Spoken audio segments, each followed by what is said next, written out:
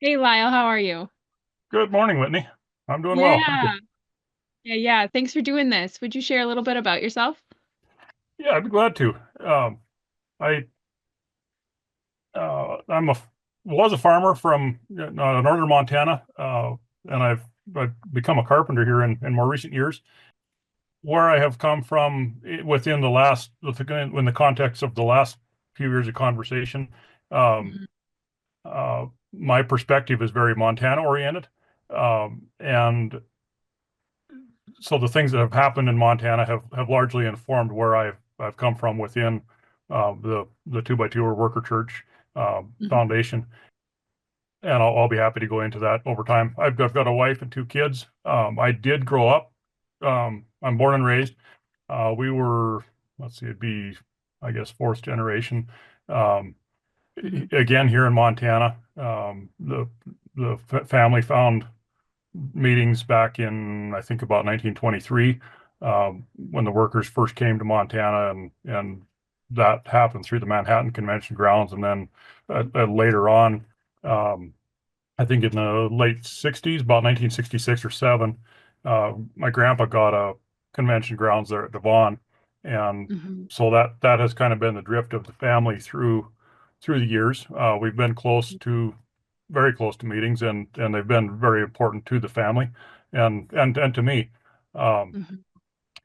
and so that would be my background across that. Um, I professed, I think, when I was about 11 in about 1989, and then was baptized, I think, uh, I think about 1995, if I remember right, later on in Mhm. high school. Um, so um, that was kind of where I've come from over time. I had a Mhm. really good upbringing. I'm the first of five kids, and we had a simple life, but it was good on the farm. Yeah. And I don't have any regrets about that. It was a really good upbringing, and frankly, at the time, I had a really good experience within the friends and the meetings and so on. It was there was a lot of good as I look back on that, and I don't have any regrets there.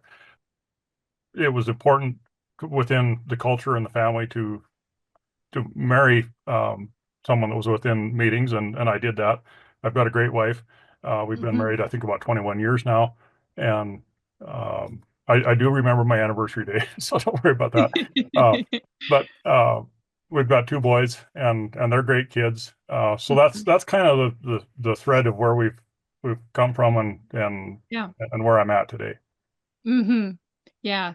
That's great. I wonder when you talk about the context over the last couple years and being Montana oriented. I Mhm. wonder maybe if you'd willing to explain a little bit about what you mean by that. Sure. So Montana has an interesting um, position because we interact a lot with the Canadian friends. We interact. Uh, Canadian friends come down out of Alberta for our conventions. To a certain degree, Montana people go up there, but I would say it's mostly Canadians coming down. Um, Mhm. so we were peripheral to the Alberta purge that you may have heard about in the Sure. 90s. Yep. Yep. We didn't hear a lot about it until it was largely over. That was, Mm. it was pre-internet days, so people, unless you heard it face to face or in a letter, it just didn't happen. Um, Mhm. so we didn't hear about that until we started seeing Alberta friends kind of escape from that situation and come down to Devon Convention, and you start to hear, man, this is wild, this is crazy. And Yeah. at the time, really didn't, I knew the people that were telling me the stories, and I respected them, and I Mhm. still do. And still, it was so crazy that I just couldn't wrap my mind around it. It was one of those things where you just kind of, wow, that's weird. Mhm. Mhm. But that must be an Alberta thing. That must be just a Willis Prop thing, and the different Mhm. underworkers that were there. So you kind Mhm. of, some of these things you just hit, and they just don't resonate. And that was one Yeah. of them. But that was where we came from. And at the time, we're not long after, we got the privilege to go to meeting in Alberta. We were going to Sunday meeting every other Sunday up there, and then Mhm. Union Sunday every other Union Sunday in Alberta. So we asked for that privilege so that we wanted to get to know our Canadian friends, because otherwise we only saw them at convention. And Mhm. so we asked for that privilege, and we for up until the last couple of years we've done that. So it's been probably 15 years we've got to go every other Sunday to Canada, and we really value those friends up there. Um, Hmm. so there's that perspective of interacting with another country's meeting folk, and that's it's not really that different, but Hmm. it's still it's you cross a line there, and um, so that's been behind us. Uh, Within Montana specifically, as we've come to find out, Montana has become kind of a dumping ground for troubled workers, workers with problems in their past. Um, just Hmm. in this field, this would be normally the Shelby Great Falls field, so north central Montana. Um, Hmm. the field would be, I think I counted up about a dozen people that had problems in the time from the time I was born till the time I left home and Wow. went to college.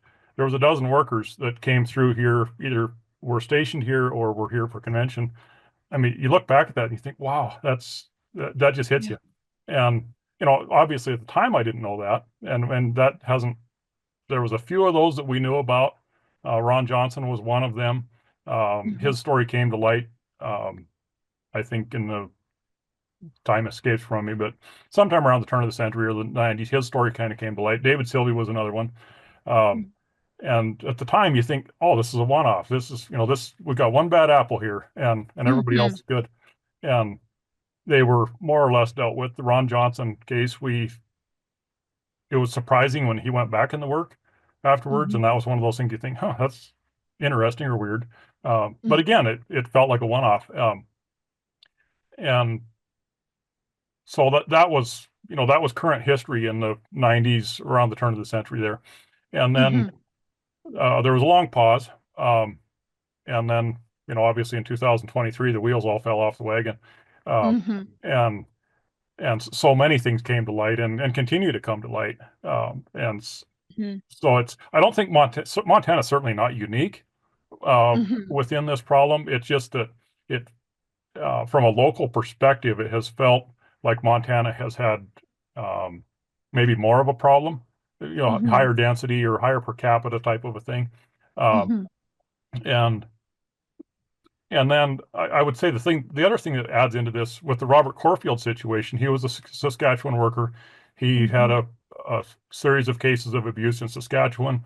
He was moved into Montana in the late 90s and given a shake and bake therapy session with a Hmm. non-certified family counselor, totally unqualified for what was needed, and then dumped right into the work. There was warning given to the convention grounds owners about Robert, but that was not passed along. Um, Hmm. and so for the last 20 years, basically, Robert has been here amongst us. When he was discovered, he had been in our field and had stayed with us I think, twice within a couple of months before he was uncovered. Uh, Hmm. so for us, for my wife and I, that hit super close because Right. we'd had this guy in our house. Um, and Yeah. we'd had his companion was Braden Dutton, who was also, he was uncovered and released from the work a few weeks before Robert. So it hit us just bang, bang, Right. bang, because we have the Dean Brewer news breaks in March. Then April goes by. Um, Robert stays with us again, if I as I recall, and Braden, and then Braden is released from the work. We get an email from Scott Roush, our overseer, and Hmm. no real explanation. Just it's inappropriate for him to be in the work at this time. Oh, okay, I get it. And Hmm. we're still reeling from this Dean Brewer news, Yeah. and then about I don't know a couple of weeks later, Robert Corfield an email comes out, about that, and we. Hmm. Um, So all of a sudden, we've lost two field workers that we knew and have been in our home, and we've got, my boys at the time were about 17 and then about 14, I think. So right within Hmm. Robert's prime, um, Right. victim demographic, and we Hmm. still have no idea what Braden was up to. So, um, so this, I mean, it just hit us hard. Right. especially after the Dean Brewer thing, because I mean, it's one of those things where that was so big, and then have these smaller, relatively smaller things with people we know and have been in gospel meetings with, and all those connections.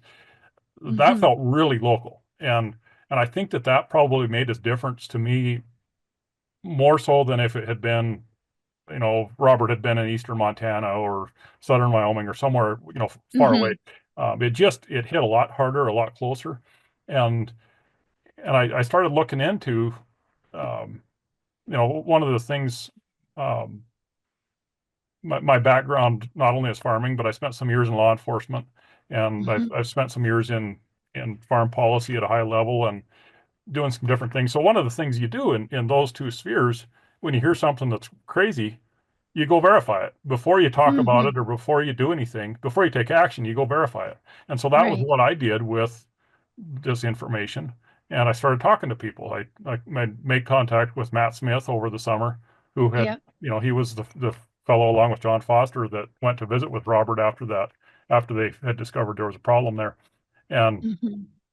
I, I asked him, is this legitimate? Do you, you know, is everything you've seen, does it line up? And we had a good conversation. And with Matt's background, I was very reassured that everything that he was saying did happen as Mm-hmm. as he said it was happening, Mm-hmm. and that he was acting in very good faith to do what those two men very courageously did. And Yeah. then as the summer drug along, more news comes out, and we start. I mean, there was just um, story and story and allegation after allegation, and Yep. the CCF started up in, if I remember right, June or so, June. Yep. and I jumped on early. I was an early Mm-hmm. contributor to CCF, and I really appreciated the tone of the group, and the informational passing that was occurring. It Mm-hmm. was it was really useful to me in so many ways, um, not just from a. I mean, I think early summer I still thought this was fixable. And my first reaction to all of this was, okay, this is March. Let's give this a month. The workers are going to take a while to get their heads wrapped around this problem. Um, I can I understand that you don't do anything, next day or same Mm-hmm. day. You take time, you verify. And Mm-hmm. so I expected this, within a month, things to start kind of happening. And as they did not start happening. Uh, our workers had left for preps. Robert was at preps when he was uncovered, and so some of Mm-hmm. that, again, you reach back to this: what's the baseline, and what should normal look like? And so I'm thinking, okay, a month has gone by. Now we're in preps. Preps is a different thing. That's going to take some time. Surely Mm-hmm. after preps, this is going to be dealt with, Yeah. and nothing really happened. And Mm-mm. so, that weeks lead to months, and months lead to a season. And so that was kind of where I was at throughout the spring and summer of 23. And I was continuing to reach out to people, and through CCF and some other venues, I was being put in contact with a number of different victims over the Mm-hmm. years. And those are gut-wrenching conversations to have with people when you ask them, what Yeah. is your experience? Or they call you to tell you what their experience is. Mm-hmm. How do you not respond to that in some sort of heartfelt, emotionally connected Yeah. way? I mean, intellectually, emotionally, spiritually. I mean, there's so many ways to be empathetic um, Mm-hmm. to that, and to the people involved. And so between all of these things, the original incidents, visiting with victims in very deep conversations, and then struggling through, in the background to all this, I'm sitting here thinking, okay, what does the Bible say? Mm-hmm. How should we react to people that are um, criminal, who are immoral, who are dangerous to the church, dangerous to family, dangerous to individuals? What's the response, and what does the Bible say about the particular sin that they are committing? What is this true that, as the workers say, any sin is sin and it's all sin and it doesn't matter? Or is there gradients of sin? I mean, these are all big questions, huge Yeah. questions. And they're ones that I'm 47 years old. I've never grappled with these things before in my life. I mean, I just, in some ways, I just kind of wandered through my faith walk, I think, as I Yeah. look back. And so now all of a sudden I'm trying to play catch up, do Yeah. the cram for the study session. And Yeah. um, so there's all these things, 20, the summer of 23 was just it was a wild time because there was, Yeah. and I think I share that experience with a number of people, maybe many Mm. people, that we're all just Mhm. trying to catch up and wrap our minds around what the Bible really says about so many things. Yeah. And so, so that was where I was at. And I continued to go to meetings throughout the summer there, and um, it was it was increasingly difficult because I kept waiting for that eureka moment. Aha, we're going to see this movement towards what looks to be a morally correct, scripturally correct, uh, Yeah. kind of a spirit led is a word that's been or a phrase that's been thrown around. And Yep. every conversation that I had with anybody that was in charge, that just wasn't happening. And Yeah. so it became uh, increasingly hard to go to meeting with a good spirit, and and it became Mhm. increasingly hard to have conversations with people in some ways. And so that led to, I think, October. About we finally got the summer after convention and workers take breaks and whatever, and we really didn't see workers in the field again until maybe August or September. And there was a gospel meeting or two. Scott Rauscher and John Seams were our workers at the time then for the fall, and Mhm. they asked to have supper with us. And by that time, I think some of my writings on CCF and other places had become noticed, and so Yeah. I didn't know what to expect from that supper meeting, but I was pretty sure that it was going to be a pivotal um, meeting of some kind. And so they came for supper, and we did what you always do for workers. We put on the dog and had a nice salmon dinner for them, and it was the whole time my wife and I are sitting there, Adele, we're sitting there thinking, is this going to come up? Well, when's the ball going to drop? Is there, we're Yeah. is this just, what is this going to look like? And they continue to just talk about the weather, it just, so to speak. Mhm. It was just an empty conversation. Like, as I look back, so many of them have been that you say, oh, that was a nice fellowship, and really you hadn't talked about anything important. Um, Yeah. it was, trivialities. And so finally, I said, we were finished with supper. I turned away the dish. I said, we need to visit about this situation that Montana is in with Corfield now, and where he's at. Mhm. What's happening with that? And and that, obviously that opened the floodgates, and we had um, it wasn't a heated conversation, but we shared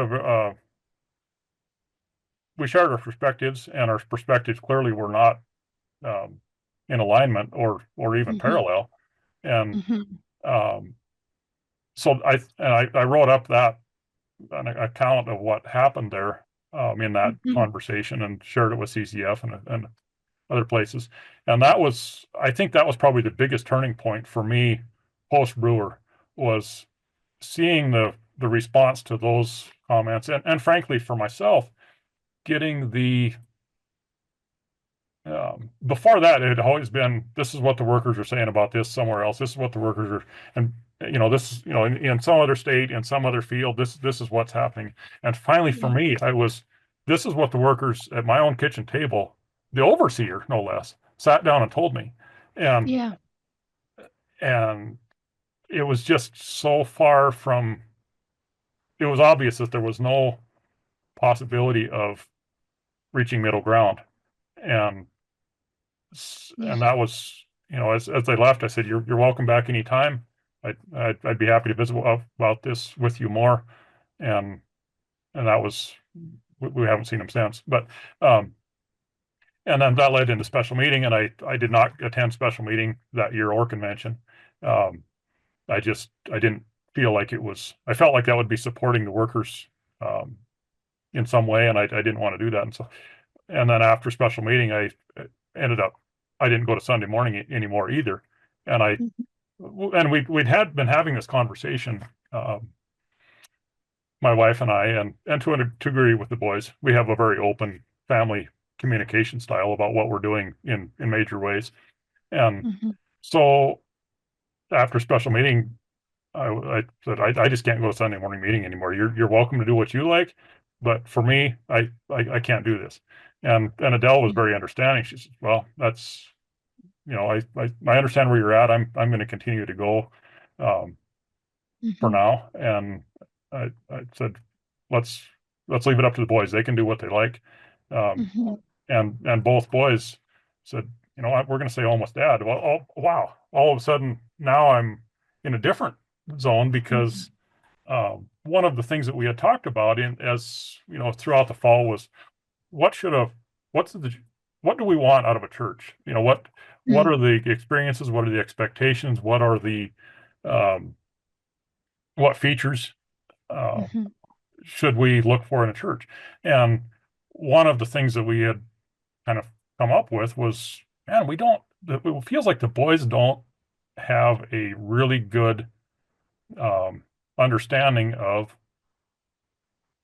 faith, spiritual life, and of the Bible. And you go to gospel meeting and you have the children's questions, and that's we name the books of the Bible and um, Mhm. memorize a couple of verses and a few different Mhm. things. It was all trivia when you think about it. Mhm. And Yes. and then some of it's a little bit indoctrination. How should a church go out? Well, it should be two by two, and the Right, workers should right. be homeless, and they should be those Mhm. those kind of um, really basic the fundamentals of the two by two church, Yeah. and and yet there isn't there isn't depth to that. It's Yeah. trivia, and Mhm. um, and so we said, what we want is a Sunday school type thing, because I had been um, visiting with some different people, and they said, man, the kids went to Sunday school and they did this. They talked about how how to interact with your friends at school in a biblical way, and how to just different ways to connect the Bible to life. And Yeah. wow, that is what we're looking for, and Mhm. that is what we want. Mhm. Whatever the step forward is, that's we want that to be part of it. And Mhm. I want my boys to be well versed in these things and be able to think about them. And I say this in the background of this is that both boys were reading a chapter or two a night at supper out of the Mhm. Bible. My oldest son would read aloud to us, and my youngest son was on his own working his way through the Bible. He was almost completely through it by that time. He's 14 years old, and Mhm. he's read the Bible cover Mhm. to cover, and Yeah. and we're still feeling like they don't get it. There's not, Yeah. there's things that are missing. There's context, there's history, there's, King James is it's a great Bible. It's very hard to read. Yeah. It's there's several centuries have passed since it was written, and it's written in a very old style. And uh, Mhm. so within the content, these boys weren't suffering from a lack of access to the Bible Mhm. or anything else, but it Mhm. was they were starving spiritually, and Mhm. um, so in the background of this, not going to Sunday meetings, I said, we're not going to throw anything away. When Mom goes to meeting, we're gonna have a regular Sunday morning. We're gonna get up. We're gonna do breakfast just like normal. We're gonna get dressed. We're gonna get dressed nice. It was Mhm. Sunday's still a set aside day, and Mm. and we're not going to just goof off. Mhm. I want to have some kind of um, a Bible Mm. study at least on Yeah. Sunday morning. And so we were Mhm. doing that. We weren't right at 10:30, but we were sitting down and having a Bible study, and typically that would last from an hour to an hour and a half, depending on what came up out of that. And some of that I was walking them through where we had been, kind of the questions I had been working through over the summer, how we got here, what does the Bible say about where we are today? How do we, where do we go from here? And Mhm. so that was November, December, and I'm thinking, and I'm still just floundering, and Mhm. I'm reading more than I ever have, and I, and I'm looking at the boys in our Bible study Sunday morning, and I'm thinking we're just spinning our wheels here. This is not um, Mm. we're not getting it out of meeting, and we're not getting it here either. We're trying to do the right thing, but we're not getting there. And Mhm. I happened to have a chance conversation with uh, a fella after one of our school functions one night. He's a Mhm. Baptist preacher and also the chaplain at the sheriff's office. So I'd worked with him some in the Mhm. context of that as a deputy. I had been with him on different things, and so I kind of understood how he approached the Bible and Mhm. people and different things. And so we're after this school thing, and he comes up and he says, "Hey, Lyle, how's it going?" And one of the things that I had learned over the summer was it's really neat to when people ask you something, you don't just give them, "I'm great," you know, never better. You interact with them, and so I said, Mhm. I'm not awesome. We've got this problem in our church, and I'm floundering. This is in the middle of a gym. There's 200 people around us, and we're having this Yeah. conversation. And and to his credit, he said, "Tell me about it." And that's we spent the next 10 minutes there having our very own conversation in the middle of all these people that are doing their own thing. And Mhm. one of the things that, or several of the things that stuck out to me from that conversation was he said, "There's no such thing as a perfect church, and there's no such Mhm. thing as a perfect pastor. Mhm. And if you find either one of those, don't join them because you're going to ruin it." Yeah. And he says, if I ever tell you that I'm a perfect guy, run away from me as hard as you can because I'm lying. And I mean, so Mhm. that was that kind of refreshing, just real speak was, Mhm. man, this is good. This is something I've been missing. And I said, I'm not ready to do anything yet. I'm looking for a church, but we haven't done anything. I said, is your door open? He said, man, my door's always open. And oh, okay. And Yeah. so that I think, and I still wasn't ready to jump ship yet. I just had all this baggage Yep.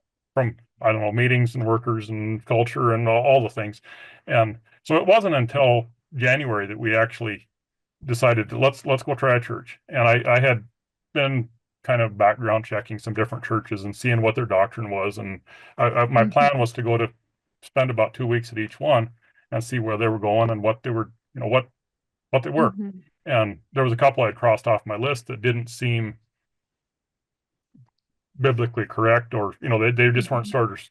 So I was narrowed Mhm. down to a few, and um, uh, that was the plan for January and throughout the winter and spring was to just go church hopping, and Mhm. so that's what we did. And I I told the boys this Sunday we're going to go to a church and we're going to try it. And Mhm. what we want when we go, we're not everything's going to be different. Don't worry Right. about what's the differences are because we're used to meeting in a certain way, and you know Mhm. everything about our format is going to be different. This is going to be different Mhm. hymns. The prayers are going to sound different. It's going to be one guy preaching rather than everybody standing up and sharing their thoughts. I said, Mhm. everything about this is going to be completely different. This is, we're going to be in a building, which is totally against Yeah. everything we've always talked about. Yeah. And, people are going to be dressed different. Everything about this is going to be different and weird. But I said, don't worry about that. What we're looking for today, and what I want each of you to look for when we're here is, is Jesus in the center of this. Mhm. Look for that. Look only for that. And if he's not in the center of this, we won't even bother coming back a second time. But Mhm. that's we're not worried about anything else. Don't look at the differences. Look for Mhm. Jesus at the center. And Mhm. and then we went in, and it was great. It was very different, like I Yeah. expected, and it Mhm. was um, and Jesus was at the center there. It was evident to see, um, and it was just wonderful.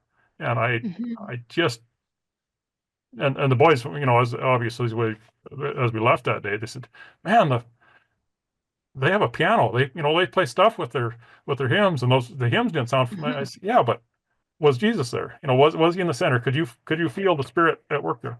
Well, yeah, yeah, yeah. When you put it that way, and Mhm. so it was. I mean, it was wonderful. And coming from the meeting perspective, you know that there's all the details. There's meeting, Sunday and Bible study and gospel meeting and convention and all the different things, potlucks and hymn sings and I for some reason I didn't.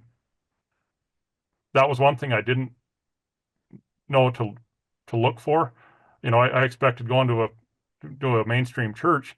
It's just going to be Sunday sermon and that's going to be it. And Mhm. and that was what I was prepared for and expecting.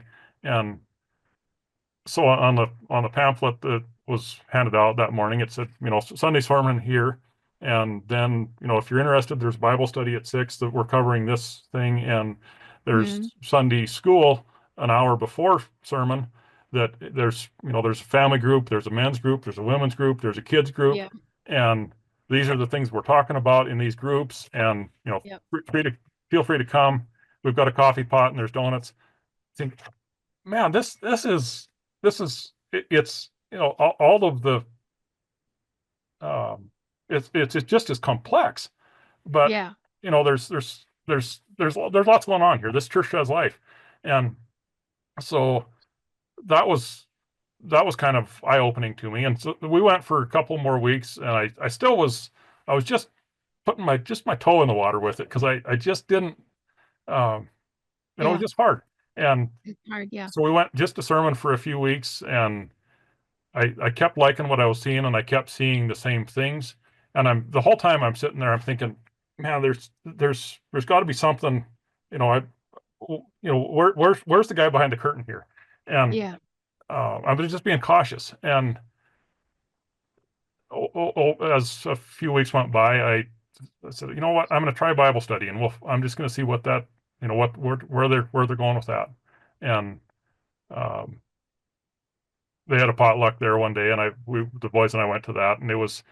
I mean, that was just like regular. It was, too much food and Yep. lots of conversation afterwards, and it was good. But I just continued to see, and then we started going to Sunday school, um, Mhm. and that was we were going to I was taking at that time my oldest son had decided to go back to meetings with Adele, Mhm. and that was Mhm. fine. I said, you boys' spiritual life is your own. You're, Mhm. I can't make decisions for you. I can encourage you, but I can't make decisions for you. So wherever you find God is where you need to be, and Mhm. um, and that's the way it should be. And Yep. so now we're a divided home in some senses. We're Yeah. my wife and I are very much on the same page, or at least in the same chapter. But we've got Mhm. one boy's going with her, one boy's going with me, and so I've got Lonzo going with me to this men's Sunday school, and there's he's Mhm. 14. I think I was probably the next youngest guy there.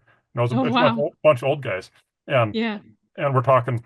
There's a book that comes with it that talks about the chapter that we're trying to start working through, and it was just very very systematic, and yet I couldn't. Everything I looked through and everything I was hearing and listening to, I'm looking in the Bible. Yep, that matches up. Yep, that okay. There's this church doctrinally is not wrong, other Mhm. than their minister has a house and a wife, and he talks by himself. I mean, Yeah. there's Yeah. um, everything was kind of working out, and Yeah. so it was just, and over time, I kept thinking, man, my 2 weeks is up. I need to go look at another. We need to try Uh-huh. another church now. And the Yeah. more I kept visiting with people, from other churches, I'm thinking this works for me, and um, Mhm. I don't think I'm gonna for now. I'm gonna just keep going, and so that's what we've done. So Mhm. we're at about a year with that church, and it's just been very very good. And it's one thing I would say um, in that process has been I've taken the pastor to lunch a few times, and Mhm. lunch has been I expect an hour, and I think the first time we went, they closed the restaurant, and we were sitting there three Mm. hours later still visiting, just having a. I mean, Mhm. we both brought our Bibles, and without either one of us suggesting it, and it was just it was so unlike typical conversations with workers, or I mean, it was just everything was we we we took the Bible and we went through it, and we talked about a bunch of things in a very deep way. And wow, this is filling this Mhm. empty stomach that I've had, and Mhm. it's filling this gap that I've been looking for. And Mhm. it's like handing a drowning man a, a scuba deal. It was Mhm. just so good. Um, and yet at the same time, that first visit, I said, "Now, Chad, you're going to have to go slow with me. Talk to me like I'm six here, because I've been in church. I've been going to meeting for, church meeting, whatever you want to call it, my whole life. And I this is a new language. This is, Mhm. what the things you're talking about at church. They're not, they don't fit the language that I am accustomed to. You talk about the Trinity. I have no idea what that is. What's the Trinity? Mhm. Mhm. You talk about the Great Commission. What's the Great Mhm. Commission? I've never heard of this before. And he Yeah. said, oh, that's in Matthew 28. It's right here. Bing, bing, bing, bing. And oh, Matthew 28. And it talks about how he sends people to be disciples and share the word. Mhm. Wow, that's clear, and Mhm. it's there, and it doesn't say that you need to be carrying God's word this specific way or this specific way. It says take it to all the people. And Yeah. I mean, how groundbreaking is that? Yeah. And so I said, you just treat me like I've walked in the door and have no religious experience whatsoever, because I Mm. just there's so many things that they're either the terminology is different, or the idea is different, or it's just Mhm. something that was never a topic of conversation within my prior Mhm. church experience. And he says, Mhm. "Yeah, I can do that." He said, "I've had new people come to church before," and Mhm. um, so that's kind of the basis we've approached things from, and it's Mhm. been good. And it feels a little bit weird because I say that, and then I go to Sunday school and we talk about things. It's a kind of a round table, a Mhm. facilitated round table, and Mhm. I bring up things and wow, where'd you get that? You're not you've come from Yeah. somewhere. And Yeah. well, yeah, I did. And I'm trying to, I'm trying to Yeah. make sure that the things that I bring with me are things that are scriptural, because I'm having to double check everything now, Mhm. as I've seen the realities of the worker church be based on so much sand.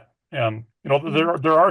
there are elements that are correct and Mhm. true, and there's certainly good people still within the worker church. Mhm. I mean, my folks are still in, my brothers and sisters are still in, and you know, Mhm. I I try not to let this get in the way of that relationship, because we have a great relationship. Um, Right. and they're good people. They're in so many ways, but as I guess as I frame my thinking on this, they are. I feel like I've gotten so much more. It Mhm. wasn't that I stepped. I don't know. You hear different terminology. Step away. Mhm. Leave the church. Whatever. There's different. Mhm. And then there's the other side of it that's Mhm. less positive. They were Yeah. bitter. They lost out. Whatever. All those Yeah. things.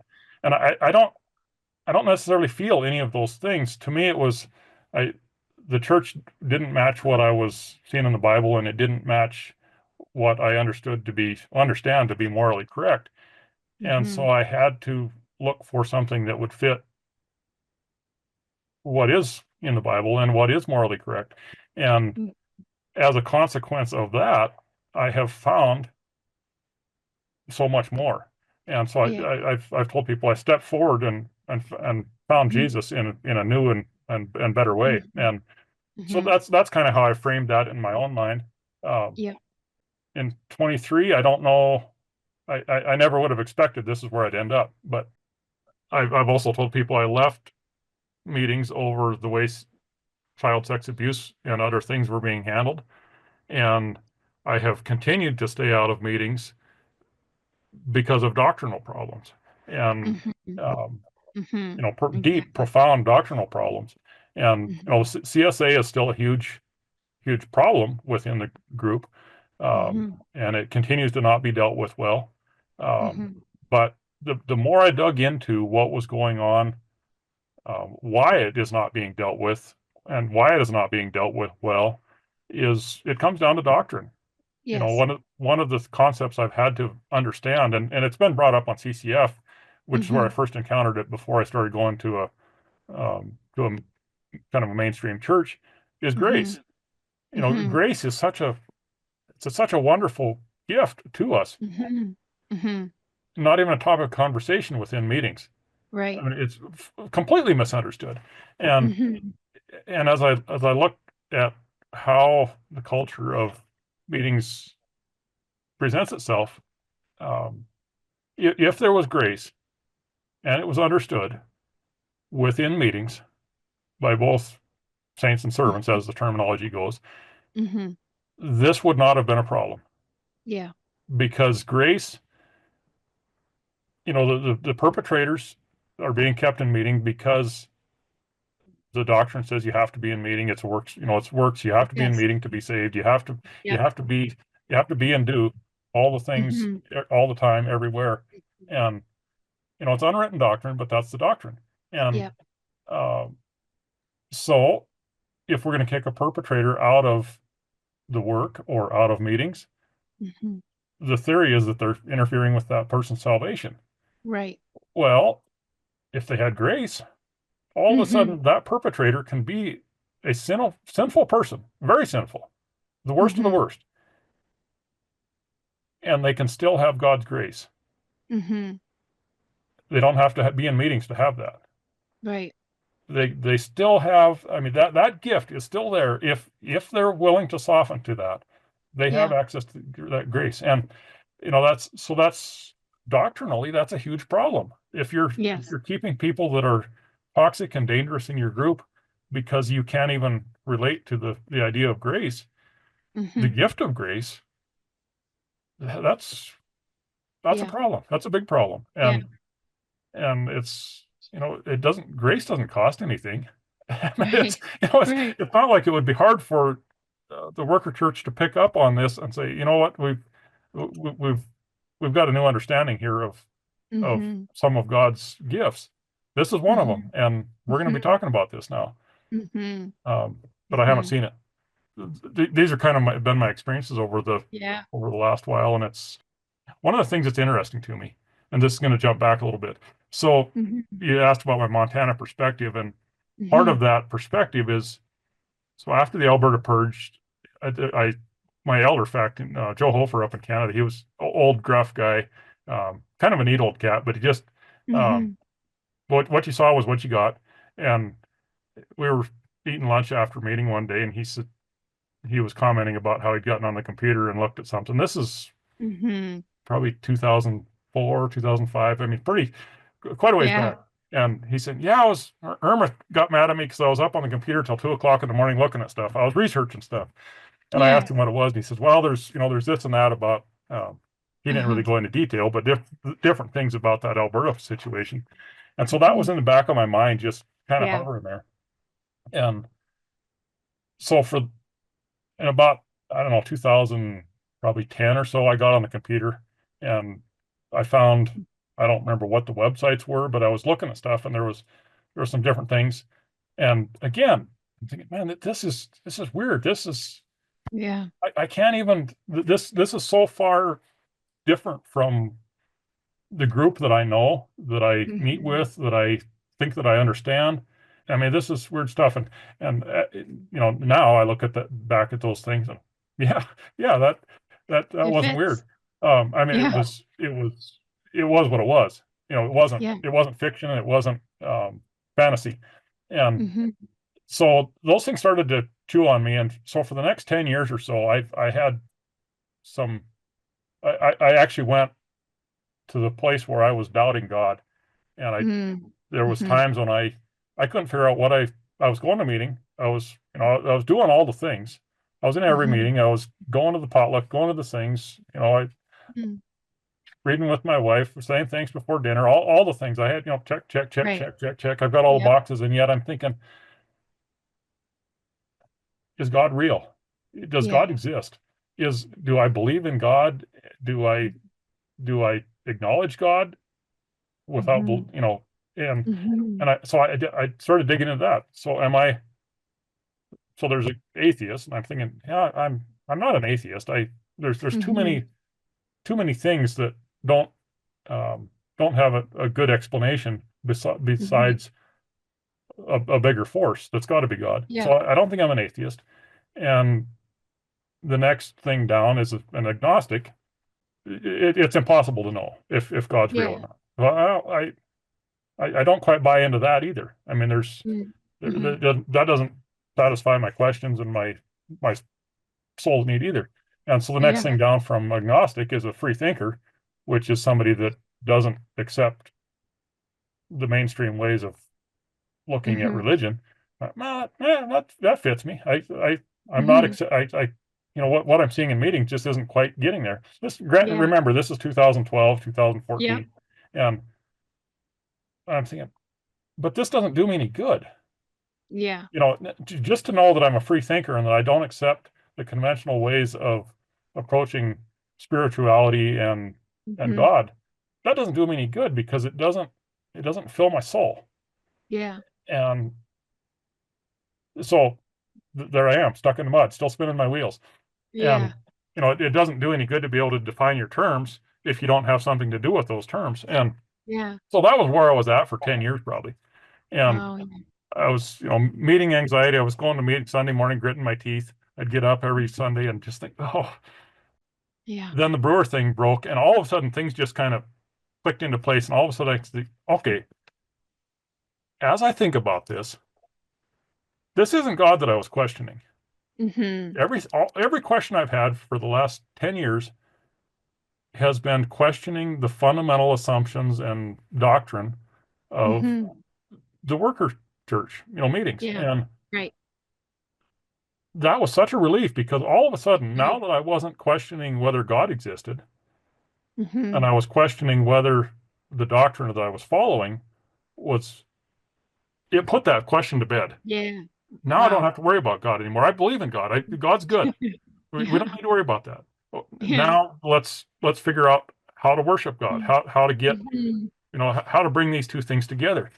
So that's where I've been the last year Yeah. is, there was a year of trying to put things together after Brewergate, and now I've been in this year of figuring out Mhm. how to worship God and how to Mhm. be actionable about that. And now I wake up every morning looking forward to the day. I wake up Sunday. Man, I get to go to church today. I want to be Yeah. there. I'm going to learn Yeah. something, that there's going to be something that I'm going to understand more clearly today. And Mhm. Mhm. it's so good. And, Yeah. I look back on the rest of my life prior to that. And as I've said, I don't have regrets because I was doing what I knew to be best at the time. Right. And I've looked back and said, 2012, 2014, I've got a journal that I kept during the worst of that time of what Yeah. I was thinking and, the questions I Yeah. had and the counter questions, counter answers. I Mhm. had a really robust two-way conversation with myself in my journal. And Yeah. I've looked back at that a few times and I've thought, what if I had left meetings back then Mhm. and hadn't had the brewer experience, hadn't had the Mhm. questions about, hadn't had to work through all of the things Yeah.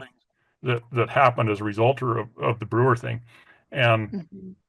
I think in some ways I'm actually thankful for that brewer experience Mhm. and hitting that depth that Yeah. that I went through with all that because I don't think in 2000, we'll say 2015, I don't think I would have been ready to go to a mainstream church Yep. and Yep. get the things that I am now. Right. There was Yeah. it was life's a pathway, and Mhm. there's some there's some pathways you don't understand why you're on them, but they're how you get to the next one. And Mhm. so that's kind of how I've thought back through that time. But Yeah. I've got friends that say, man, you can't be friends with the friends because they're wrong. They're complicit. They're this, they're that. Right. And I'm thinking, well, Mm-mm. there but for the grace of God go I, because I've been there. Exactly. I I've been saw there. Yeah. things and I couldn't cross that bridge. I Mhm. couldn't accept that idea or the fact or the knowledge that I had at the time. Right.